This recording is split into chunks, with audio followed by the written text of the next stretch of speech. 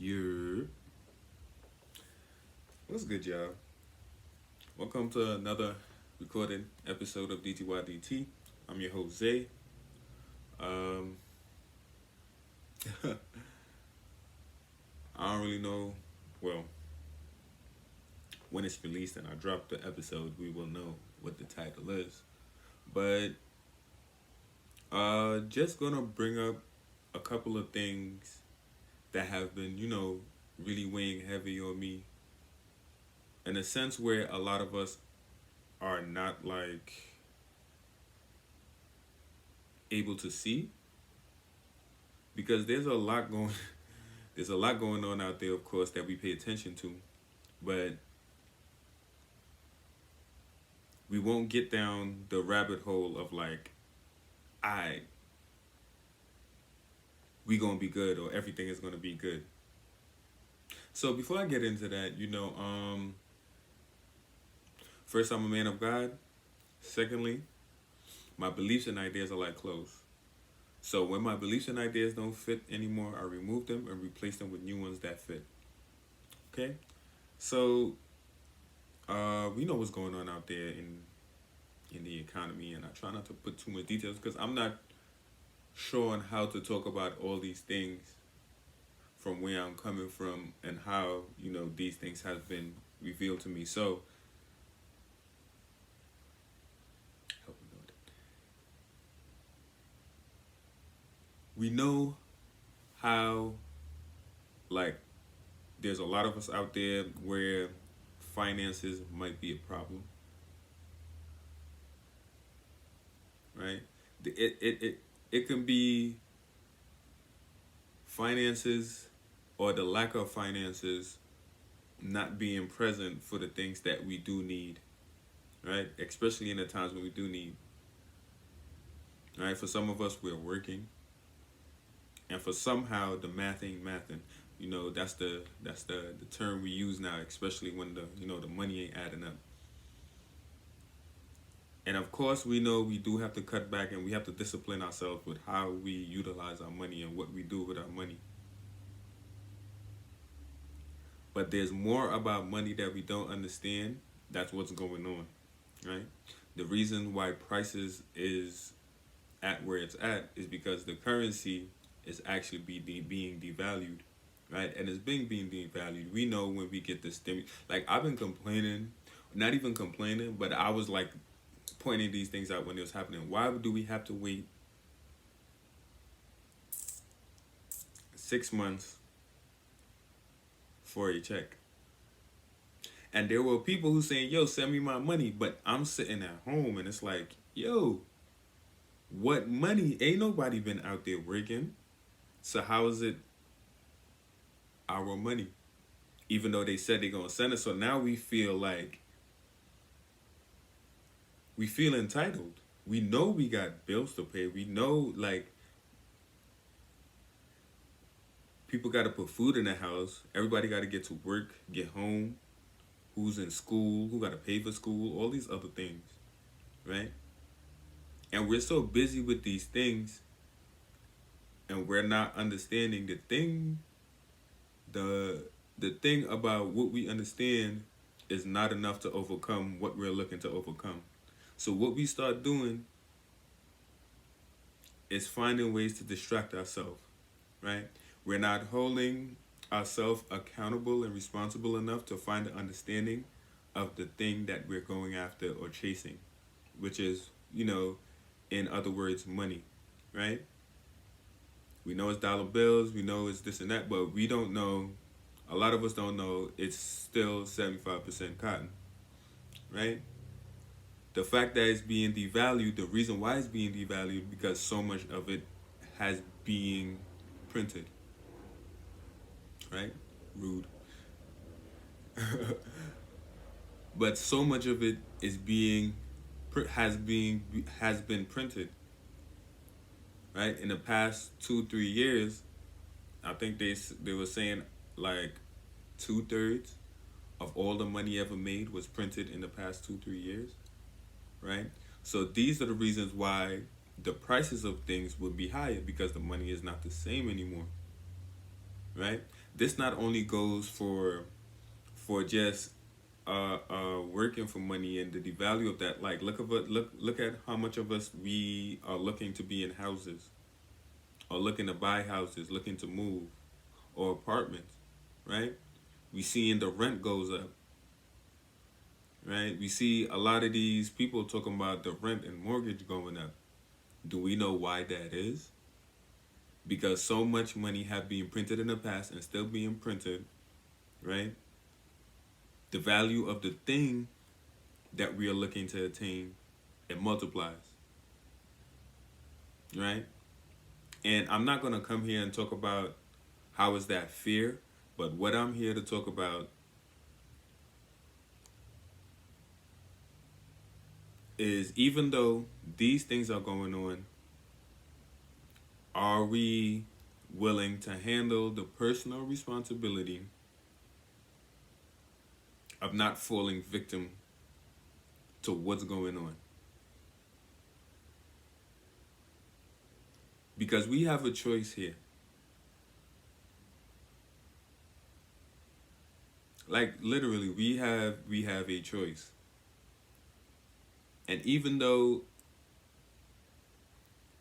what is being presented to us or offered to us, or all the other options that look easy, like the easy lanes,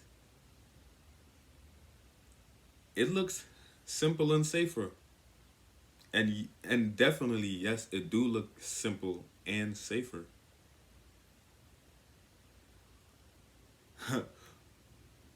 But in the long run, how has it helped us so far?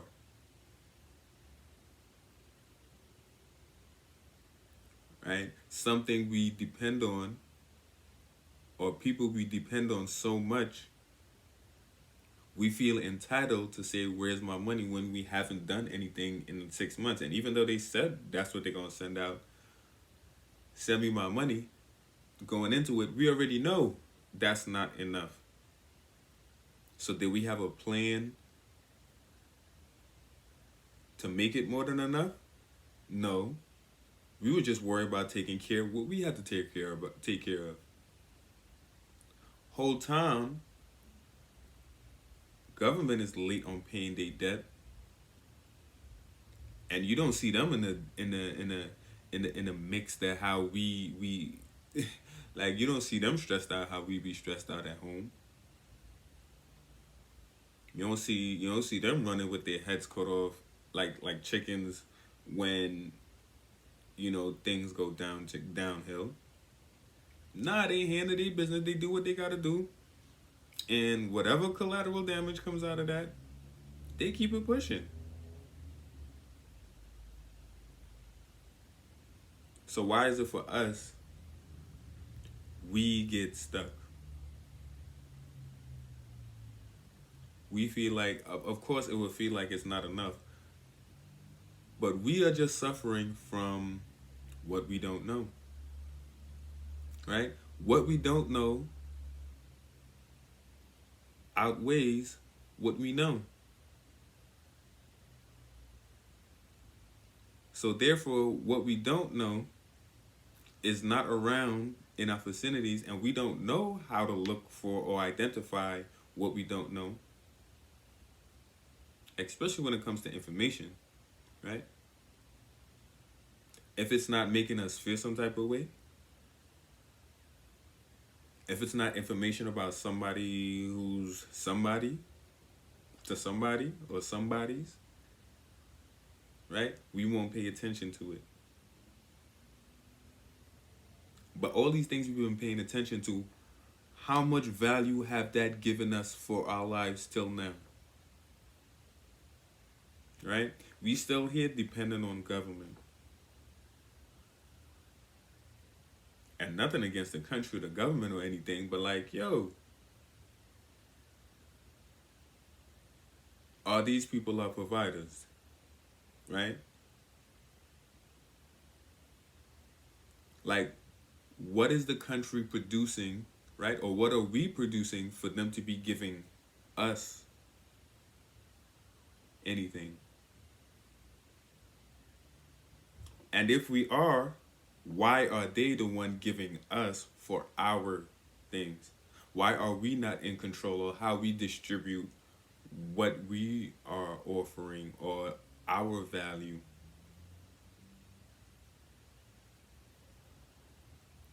right? Like, look how long it takes, like, to even find and get a job, right? Within that time, so much can happen, right? You finally got a job, right? If you need certain days or you got certain things to take care of, the job not don't care about that. They're not going to accommodate for that. And by all means, they're offering a thing of employment. So yeah, we gotta take it and go hustle, right? But the hustle does not explain the process, right? So we think about the hustle or the grind, that don't explain the process when we use that term, right? But we go to work, right, hustling, what we gonna get paid for? Bi-weekly, weekly, or even monthly, right? Whole time you spend day one, two, three, four, five, how many of the days you work, right? You spend your time or invested your time, however you want to call it, into this job place for the day, but yet you go home empty handed. And of course, what else would we do, right? Because we don't know nothing else, right? We don't know nothing else. So, of course, that would be our first source of however we going to provide, right? Did they teach us any other way in school, right? So, of course, that will feel like the safe way, right? The safe way will always feel like the better way. But then again, like I said, how has it worked for us this far, right?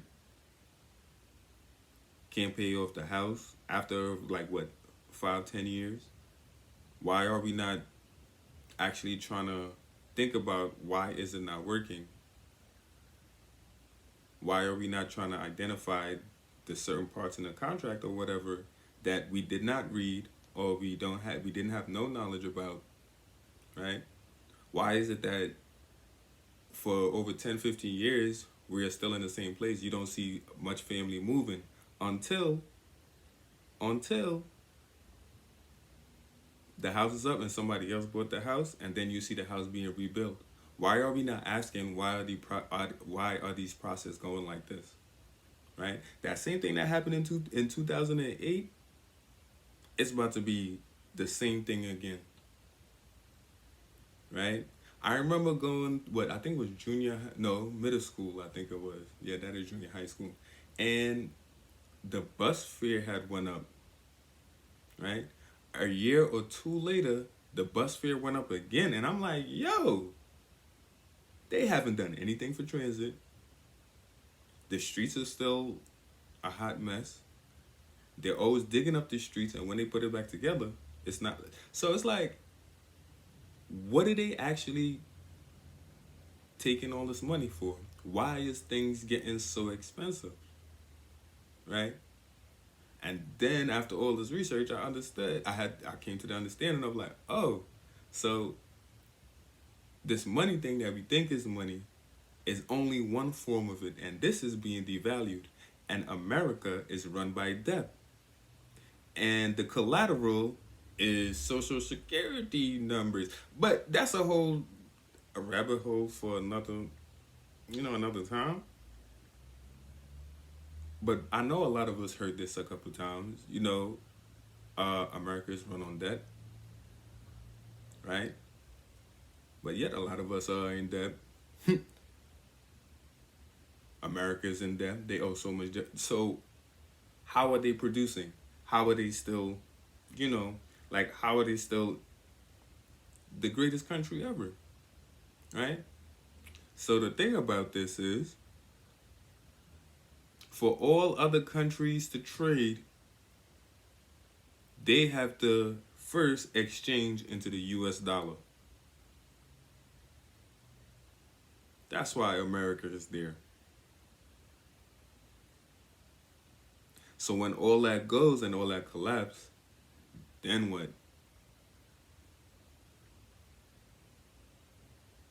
Do we want to be ran by the same system after this transition from physical currency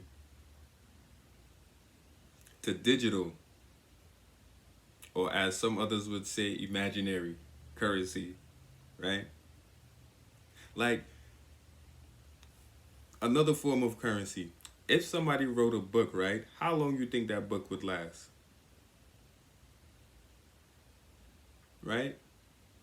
How much things you think that person had wrote in that book that's gonna help millions, not even if more people, right?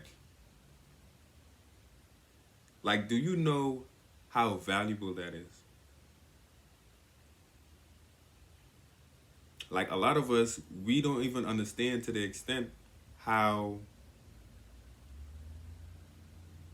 experience can be of value, right? A wide range, I would say, look, you want to be a millionaire. You know there's a millionaire out there who teaches people how to be millionaires, tell you what it takes, tell them what they did, right? Now, of course, that area or space might not be a fit for everyone who wants to be there, but what the information they would get out of that will at least make some people who not even going to reach the millionaire at least make 200K, 20K. And I bet that's a lot more than any other information that has taught anybody else, right? So we got to really look at this currency thing and value really different.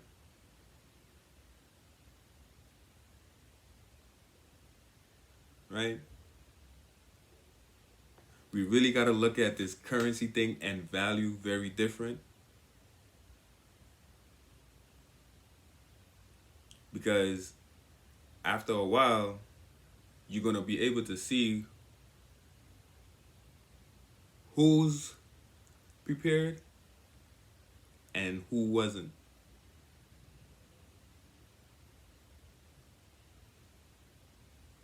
Right? Yo, stuff is already hard out there. But you really got to think about this. Are you creating anything of value? Are you making yourself more valuable? Not only to yourself, but to people in your community. Right? Your family. Not just thinking selfishly of our own success, but of others. But to help others first, we have to be the ones to put the work into ourselves to be able to help others. And that alone comes with its challenges while you're trying to help others. And sometimes it will be the ones who you're trying to help who don't understand what's going on that would try to deter you in many different ways. Some could be intentionally and unintentionally, but it's nothing against them because they don't know what's going on. But by the grace of God, I pray that whoever this lands on, it makes sense to you and helped you with something. I pray that if somebody comes to your mind while you're watching this, make sure you send this to them because they need to hear this. Right? This is Zay from Deeper Than You Don't Think. Signing out. I'm going to catch y'all on the next one. Alright? Peace.